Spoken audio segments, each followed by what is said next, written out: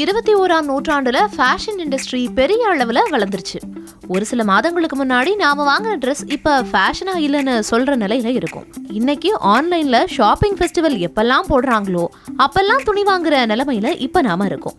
நாம நினைக்கிற நேரம் நினைச்சதை வாங்குறது நமக்கு சந்தோஷத்தை கொடுத்தாலும் கூட அது சுற்றுச்சூழலுக்கு உகந்ததா இல்ல.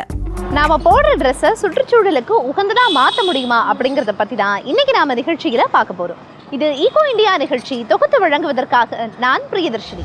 100 ஆண்டுகளுக்கு முன்னாடி மனுஷங்க தங்களோட ஆடைகளை பருத்தி, பட்டுன்னு இப்படி இயற்கையா கிடைக்கிற பொருட்களை வச்சு செஞ்சாங்க. ஆனா அதுக்கப்புறம் 20ஆம் நூற்றாண்டோட தொடக்கத்துல புதைப்படிவ பொருட்கள் அப்படின்னு சொல்லப்படுற டெர்லன் அப்படிங்கிறத நம்ம பாலிஸ்டர்னு சொல்லப்படுறோம். இதோட உற்பத்தி அதிக அளவில் செய்யப்பட்டுச்சு. இது பெட்ரோலிய பொருட்களால் செய்யப்படுறதுனால இது சுற்றுச்சூழலுக்கு உகந்ததில்லை அப்படின்னு சொல்லப்பட்டுச்சு. ஆனால் இந்த பாலிஸ்டரையும் சுற்றுச்சூழலுக்கு உகந்ததாக மாற்ற முடியும் அப்படின்னு சொல்கிறாங்க கரூரில் இருக்கிற ஒரு நிறுவனத்தை சேர்ந்தவங்க. அவங்க எப்படி இதை சொல்கிறாங்க அப்படின்னு நம்ம போய் பார்க்கலாம். இந்த எந்திரம் பாலிஸ்டர் மற்றும் பருத்தி நூல்களாலான துணியை உருவாக்குகிறது. ஆனால் இந்த பாலிஸ்டர் நூல்கள் நேரடியாக பெட்ரோலியத்திலிருந்து தயாரிக்கப்பட்டதல்ல. இது மறுசுழற்சி செய்யப்பட்ட பெட் பாட்டில்களிலிருந்து உற்பத்தி செய்யப்படுகின்றன. பெட் பாட்டில்கள் என்ஜினியரிங் பிளாஸ்டிக்னு சொல்லலாம். அதுக்கு அதிகமான எலாஸ்டிக் தன்மை இருக்கு. அதாவது அதை இழுக்கும்போது அதில் ஃபைபர் கிடைக்குது. பெட் பாட்டில்கள் ஏராளமாக இருக்கிறதால அதிலிருந்து ஏன் ஃபைபர் தயாரிக்கக்கூடாது?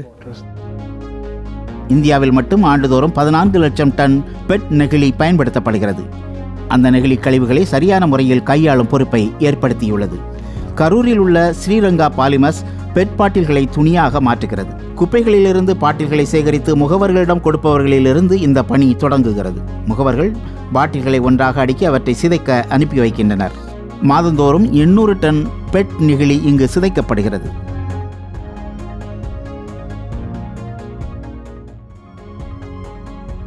பெட் பாட்டில்களின் மூடி மற்றும் அவற்றில் ஒட்டப்பட்டுள்ள காகிதம் உள்ளிட்டவை பிரிக்கப்பட்டு அவை வெவ்வேறு நிலைகளை கடந்து செல்கின்றன. பின்னர் அவை துண்டுகளாக்கப்படுகின்றன. இந்த செயல்முறையின் மூலம் மறுசுழற்சி செய்யப்பட்ட பெட் துகள்கள் என்று அழைக்கப்படும் இந்த சிறிய நெகிழி துண்டுகள் கிடைக்கின்றன. இந்த நெகிழி துண்டுகளில் உள்ள கசடு, வண்டல் மற்றும் பிற பொருட்களை அகற்ற அவை காஸ்டிக் சோடாவால் கழுவப்பட்டு உலர்த்தப்படுகின்றன. இந்த செயல்முறைக்கு பயன்படுத்தப்படும் தண்ணீரிலும் கிட்டத்தட்ட 98 விழுக்காடு சுத்திகரிக்கப்பட்டு மறுசுழற்சி செய்யப்பட்டு மீண்டும் பயன்படுத்தப்படுகிறது. கழுவப்பட்ட இந்த நெகிழி துண்டுகள் உருக்கப்பட்டு வாடிக்கையாளர்களின் தேவைகளுக்கு ஏற்ப பாலிஸ்டர் இழைகளாக மாற்றப்படுகின்றன. டோப் டைன்னு சொல்லப்படுற தொழில்நுட்பத்தின் மூலம் பாலிஸ்டர் ஃபைபர் உற்பத்தி செய்யப்படுது. இதில் இருக்கிற நன்மை என்னன்னா, பாலிஸ்டர் ஃபைபருக்கு வண்ணம் திட்ட ஒரு துளி தண்ணியை கூட நாம் பயன்படுத்துறதில்ல. 1 கிலோ நீங்கள் ஃபேப்ரிக்கை டை பண்ணணும்னா கிட்டத்தட்ட 4 or 5 times ஆஃப் வாட்டர் நீங்கள் யூஸ் பண்ண வேண்டியிருக்கும். That will pollute our water, land, everything. So whereas இந்த டோப் டையில் என்ன ஆகுனாக்கா, பாலியஸ்டர் நாங்கள் மெல்ட் பண்ணும்போது அந்த மெல்ட்லேயே அந்த கலரை இம்ப்ரிக்னேட் பண்ணிடுறோம். பாலிமரே கலர் ஆகும்போது உங்களுக்கு ஃபர்தராக டையிங் தேவையில்லை. ஆட்டோமொபைல், வீட்டு அலங்கார பொருட்கள் மற்றும் ஆடைகள் தயாரிக்க இந்த இழைகள் பயன்படுத்தப்படுகின்றன. டிஸ்பர்ஸ் டையில் 2 வாஷ் 3 வாஷ் போட்டிங்கன்னா மேலே இருக்க கோட்டிங் போயிடும், கலர் ஃபேட் ஆகிடும். வேற இது கோர்லேயே அந்த கலர் இருக்கிறதுனால உங்களுக்கு ஃபேடிங் இருக்காது. இறுதியாக பாலிஸ்டர் நார், பருத்தி போன்ற பிற பொருட்களுடன் கலக்கப்பட்டு துணியாக உருவாக்கப்படுகிறது. அவை விதவிதமான ஆடைகளாக தைக்கப்படுகின்றன. இறுதியில ஒரு அருமையான நிலையான தயாரிப்புன்னு சொல்லப்படுற பொருள் கிடைக்குது. வழக்கமான பாலிஸ்டர் அடிப்படையிலான ஆடையை விட இதுல 20 விழுக்காடு அதிகம் இருக்கும். மறுசுழற்சி செய்யறதுல நம்பிக்கை இருக்கிறவங்களுக்கு அவங்க ஆடைக்கான வேஸ்ட் பாட்டில் எங்கேருந்து எடுக்கப்படுது அப்படிங்கிற தகவல்களை நாங்கள் தரோம். எங்கள் ஆடைகளை வாங்குற நுகர்வோருக்கு அவங்க ஸ்கேன் செய்ய QR கோடையும் தரோம். அது மூலமாக அவங்க ஆடைக்கான கழிவு எங்கேருந்து சேகரிக்கப்படுதுன்னு தெரிஞ்சுக்கலாம். இந்தியாவின் மொத்த உள்நாட்டு உற்பத்தியில் 5 விழுக்காடு பங்கு வகிக்கும் ஜவுளி தொழிலால் அதிக அளவில் மாசு ஏற்படுகிறது. நல்வாய்ப்பாக நாட்டில் நிலையான ஃபேஷன் சந்தை 11 விழுக்காடு வளர்ச்சி அடைந்து 2025இல் 83,000 கோடி ரூபாயை எட்ட உள்ளது. இந்த ஆடைகளை வாங்குறதால நல்ல விஷயம் நடக்குதுன்னு தெரிஞ்ச வாடிக்கையாளர்கள் அதிக விலை கொடுத்து வாங்குறதுக்கும் தயாரா இருக்காங்க. பருவநிலை மாற்றத்தோட விளைவுகளை நம்ம எல்லாருமே பாக்குறோம். அதனால வாடிக்கையாளர்கள் மத்தியில நிலையான ஆடைகளுக்கு நல்ல வரவேற்பு இருக்கு. அவங்க கிட்ட இதை எடுத்துட்டு போறதுல தான் சவாலே இருக்கு. இதை பத்தி அவங்களுக்கு எடுத்து சொல்லணும். நம்மளால அது கண்டிப்பா முடியும். இந்த இழைகளின் ஒரு பகுதியை கொண்டு ஒவ்வொரு மாதமும் 5,000 ஆடைகளை உற்பத்தி செய்கின்றனர். அவர்களுக்கு 2300 தனிப்பட்ட வாடிக்கையாளர்கள் உள்ளனர். ஸ்ரீரங்கா பாலிமர்ஸின் இந்த முன்னெடுப்பால் தினமும் 15 லட்சம் பெட் பாட்டில்கள் மறுசுழற்சி செய்யப்படுகின்றன. ஜவுளி மறுசுழற்சி நகரம் அப்படின்னு ஒரு நகரம் இருக்கு அப்படின்னு சொன்னா உங்களால நம்ப முடியுதா? உண்மையாவே அப்படி ஒரு நகரம் இட்டாலியில இருக்கு. இந்த உலகத்துல மொத்தமா பயன்படுத்தப்படுற ஆடைகள்ல ஒரு சின்ன பகுதி மட்டும்தான் மறுசுழற்சி செய்யப்படுது. அதுல பெரும்பாலானவை இட்டாலியில ஃப்ளாரன்ஸ் அப்படிங்கிற நகரத்துல பக்கத்துல இருக்கிற பிராட்டோ அப்படிங்கிற இந்த இடத்துல தான் மறுசுழற்சி செய்யப்படுது. அதனாலதான் இத ஜவுளி மறுசுழற்சி நகரம் அப்படின்னு சொல்றாங்க. நிலையான ஃபேஷனுக்கான ஒரு வழிகாட்டியா இவங்க எப்படி செயல்படுறாங்க அப்படிங்கிறத இப்ப நம்ம தெரிஞ்சுக்கலாம்.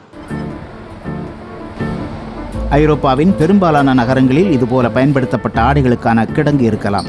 ஆனால் அவை எங்கு இருந்தாலும் அந்த துணிகள் உலகின் ஜவுளி மறுசுழற்சி தலைநகரமான இத்தாலியின் பிராட்டோ நகரத்துக்கு வருவதற்கு வாய்ப்புகள் அதிகம். இங்குள்ள 7000 ஜவுளி நிறுவனங்களில் சுமார் 150 நிறுவனங்கள் மறுசுழற்சியில் ஈடுபட்டுள்ளன.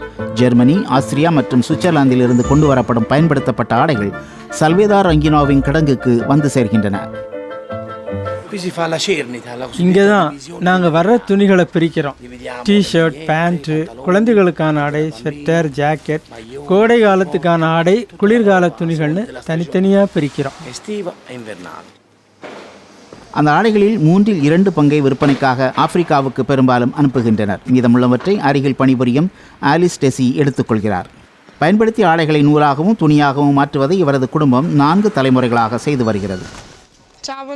ஹாய், எப்படி போகுது? அருமை. நல்ல துணி உங்களுக்கு கிடைச்சதா? எல்லாமே நல்லா இருக்கு. அருமை. பிறகுதான் அந்த மாயாஜாலம் தொடங்குகிறது. வேண்டாம் என்று போடப்பட்ட துணிகள் இறுதியில் புதிய நூலாகவும் கம்பிளியாகவும் மாறுகின்றன. சிக்கலான இந்த செயல்முறை இங்கு தொடங்குகின்றது. நூலை அதோட அசல் நிறத்துக்கு மீட்டெடுக்கிறதே எங்க குறிக்கோள். நாங்க கலருக்கு ஏற்ப துணியை பிரிச்சிடுவோம். அப்புறம் எங்க இயந்திரம் கந்தல் துணிகளை ஒரு வகையான ஃபைபர் கூலா மாத்தும். நாங்க அப்படித்தான் ரசாயன சாயம் இல்லாம அசல் நிறத்தை மீட்டெடுக்கிறோம். ஜவுளித்துறையில் உள்ள பிரச்சனைகளில் ரசாயன சாயங்கள் முக்கியமானவை. உலகளவில் தண்ணீர் மாசில் 20 விழுக்காடு துணிகளை உருவாக்குவதாலும் அவற்றை சாயமிடுவதாலும் ஏற்படுகிறது. ஆடைகளை மறுசுழற்சி செய்வதற்கு அதுவும் மற்றொரு காரணம்.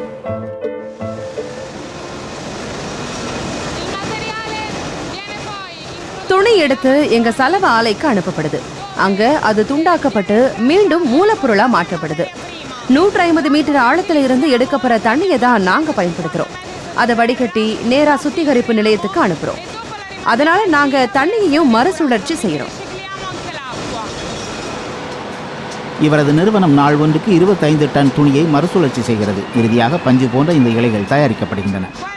இந்த இழைகள் உலர்த்தப்பட்ட பிறகு உண்மையான இழைகள்ல இருக்க அளவு இதுல ஈரப்பதம் இருக்கும். இப்போ அது விற்பனைக்காக பேக் செய்ய அல்லது நூலாக மாத்த தயாராக இருக்கு. மறுசுழற்சி செயல்முறை அருகில் உள்ள தொழிற்சாலையில் தொடர்கிறது. இங்கு இழைகள் நூலாகவும் பின்னர் துணியாகவும் மாற்றப்படுகின்றன. ஒவ்வொரு ஐரோப்பியரும் ஆண்டுக்கு சராசரியாக 26 கிலோ ஆடைகளை வாங்குகின்றனர். அவற்றில் பெரும்பாலானவை குப்பை மேடுகளில் முடிகின்றன. ஆலிஸை பொறுத்தவரை ஆடைகள் வீணாவது வேதனைக்குரியது. இது எங்களால முடிஞ்ச சின்ன பங்களிப்பு. ஃபேஷன் துறை எங்க வழியை பின்பற்றினா நிச்சயமா நாம நிறைய சாதிக்க முடியும். உலகத்துல பயன்படுத்தப்பட்ட ஆடைகள் 1 விழுக்காடு மட்டுமே மறுசுழற்சி செய்யப்படுது. அந்த 1 விழுக்காட்டுல 15 விழுக்காடு இங்க பிராட்டோவில் மறுசுழற்சி செய்யப்படுது. கண்டிப்பா பிராட்டோவோட டெக்ஸ்டைல் மாவட்டத்துல எங்க பங்களிப்பு முக்கியமா இருக்கும். ஆலிஸின் தந்தை இத்தாலியின் ஆடை மறுசுழற்சி சங்கத்தின் தலைவராக உள்ளார். ஆனால் மறுசுழற்சி செய்யப்பட்ட துணிகள் மட்டுமே தீர்வாக இருக்க முடியாது என்று அவர் கூறுகிறார்.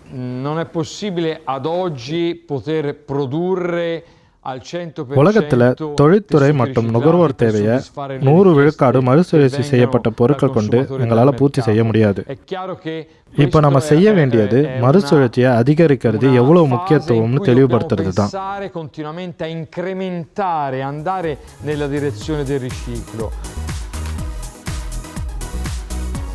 இதில் இளம் வடிவமைப்பாளர்களை ஊக்குவிப்பதும் அவசியம். உதாரணமாக ஃபேஷன் அகாடமியைச் சேர்ந்த மாணவர்கள் தங்கள் படைப்புகளுக்கு பிராட்டோவின் மறுசுழற்சி செய்யப்பட்ட துணிகளை பயன்படுத்துகின்றனர்.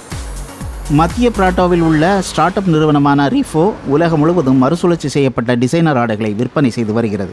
கைவினைத்திறன், நிலையான ஃபேஷன் மற்றும் ஒரு வட்ட பொருளாதாரத்தின் கொள்கைகளை ஒன்றிணைப்பது நிக்கோலோ சிப்ரியானின் குறிக்கோள். சுற்றுச்சூழலை காக்கும் நெறிமுறையுடன் தரமான ஆடைகளை தயாரிக்க முடியும் என அவர் நம்புகிறார். சுற்றுச்சூழல் பத்தி நிறைய மக்கள் ஆர்வமோட இருக்கிறதையும் குறைந்த அளவு ஆடைகளை வாங்க தயாரா இருக்கிறதையும் நாங்க பாக்குறோம். அவங்க தரத்துக்கு அதிகமா செலவிடுறாங்க. கடந்த சில ஆண்டுகள் முன்வர நம்ம பார்த்த வேகமான ஃபேஷன் தொழில் குறைந்த விலையில அடிக்கடி புதிய ஆடைகளை வாங்குறத பத்தியது. ஆனா அது இதுக்கு எதிரானது.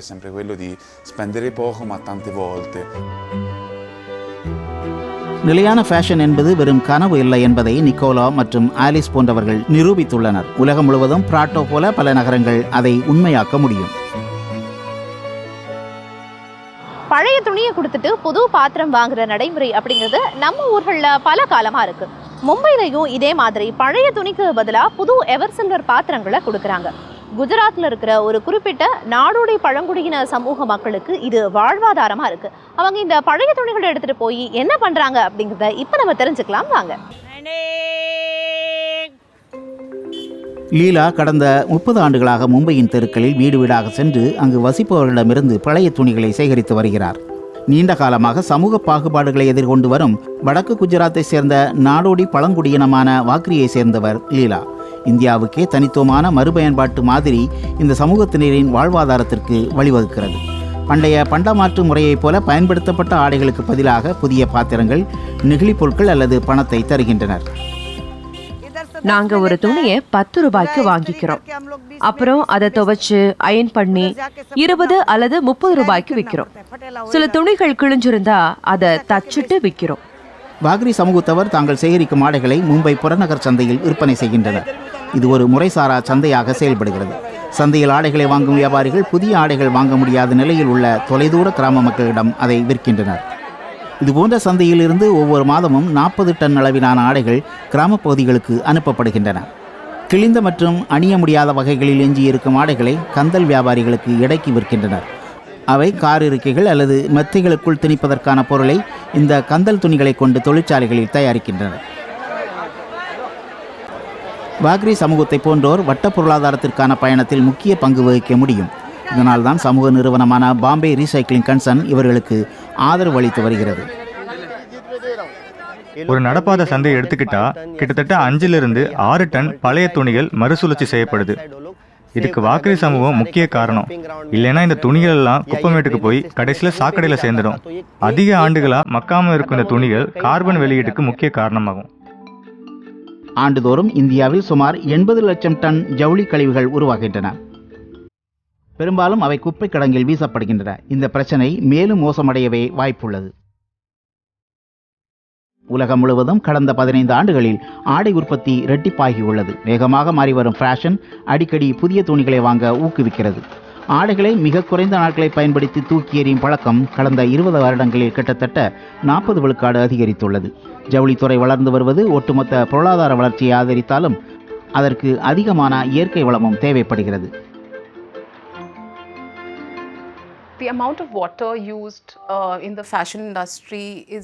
ஆடை உற்பத்தி செய்ய 93 பில்லியன் மெட்ரிக் கியூப் அளவுக்கு தண்ணீர் செலவாகுது.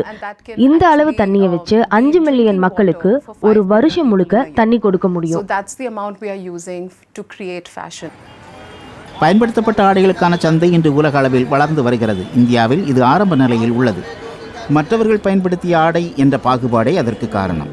ஆனால் நகரங்களில் வாழும் இளம் தலைமுறையினர் வேகமாக மாறிவரும் ஃபேஷனை தழுவ பயன்படுத்தப்பட்ட ஆடைகளை வாங்க தொடங்கியுள்ளனர். இதனால் சிக்கனத்துடன் தொடர்புடைய நிலையான மாற்றுகள் நாடு முழுவதும் ஊக்குவிக்கப்படுகின்றன. பயன்படுத்தப்பட்ட ஆடைகள் மற்றும் அணிகலன்களுக்கான தேவை அதிகரித்துள்ளதால் அதற்கான விற்பனை நிலையங்களும் அதிகரிக்க தொடங்கியுள்ளன. மும்பையின் பாந்திரா பகுதியில் பயன்படுத்தப்பட்ட பொருட்களை விற்கும் இந்த கடைக்கு ஒப்பனையாளர் மற்றும் ஆடை வடிவமைப்பாளரான அமித் வாடிக்கையாளர் ஆவார். நாம எல்லாருமே நிலைத்தன்மையை நோக்கி போயிட்டு இருக்கோம். அதுதான் நவீனத்திற்கான அடித்தளம்னு சொல்லலாம். பொதுவா புதுசா உற்பத்தி செய்யறதுக்காக நம்ம வளங்களை அழிக்கிறதுக்கு பதிலா மறுசுழற்சி செய்யறது தான் நல்லது. 2019 திறக்கப்பட்ட பாம்பே க்ளோசெட் கிளன்ஸ் நிலையத்தில் மக்கள் தங்கள் ஆடைகளை விற்று பணம் பெற முடியும்.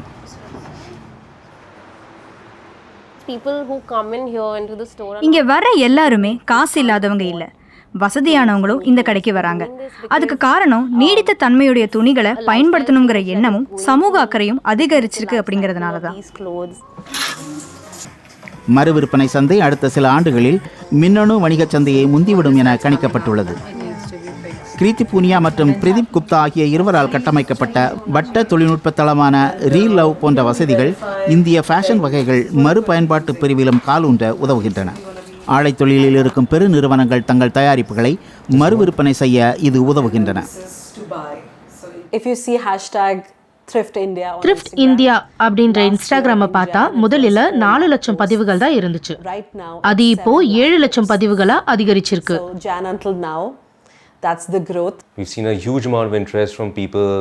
மக்களின் ஆர்வத்தை பார்த்துட்டு பெரிய பெரிய துணி நிறுவனங்கள் கூட இந்த தளத்துக்கு வர ஆரம்பிச்சிருக்காங்க. ஒரே வாரத்தில் 80% ஆடைகள் விற்பனை ஆயிருக்கு. சுருக்கமாக சொன்னா வாடிக்கையாளர்கள் எது கேட்டாலும் இல்லைன்னு சொல்ற அளவுக்கு வியாபாரம் பெருகியிருக்கு. த்ரிஃப்ட் ஸ்டோர்ஸ் என்று அழைக்கப்படும் இந்த கடைகளில் சில தங்கள் விநியோக சங்கிலியில் வாக்கரி பெண்களை இணைக்க முயற்சிக்கின்றன. தங்கள் வாடிக்கையாளர்களின் ரசனைக்கேற்ற பொருட்களை இந்த பெண்களிடமிருந்து நேரடியாக வாங்குகின்றனர். பாரம்பரிய ஆடைகளுக்கான சேகரிப்பு மையமாகவும் இவை செயல்படுகின்றன. சந்தைகளில் விற்பனை செய்ய இந்த பெண்கள் அவற்றை வாங்கிச் செல்லலாம். வாகரி பெண்கள் மும்பை தெருக்களில் அலைந்து திரிந்து தங்கள் பணியை செய்கின்றனர். இந்த மாதிரி விரிவுபடுத்தப்பட்டால் அவர்கள் சந்திக்கும் இந்த பிரச்சனைக்கு விடையாக அமையும்.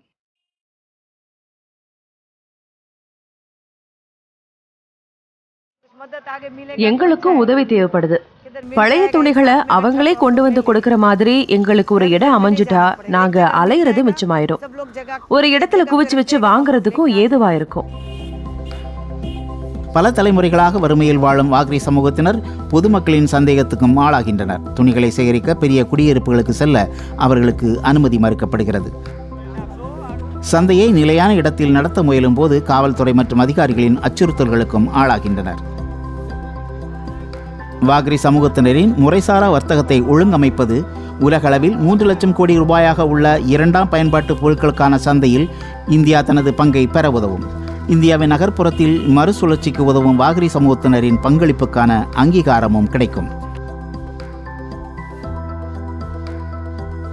நாம என்ன ட்ரெஸ் போடுறோம், அது எங்கேருந்து வருது, அதை யூஸ் பண்ணதுக்கு அப்புறமா எப்படி டிஸ்போஸ் பண்ணணும் அப்படிங்கிற எல்லா விஷயத்தையுமே யோசிக்க வேண்டிய காலகட்டத்தில் இப்போ நாம இருக்கோம்.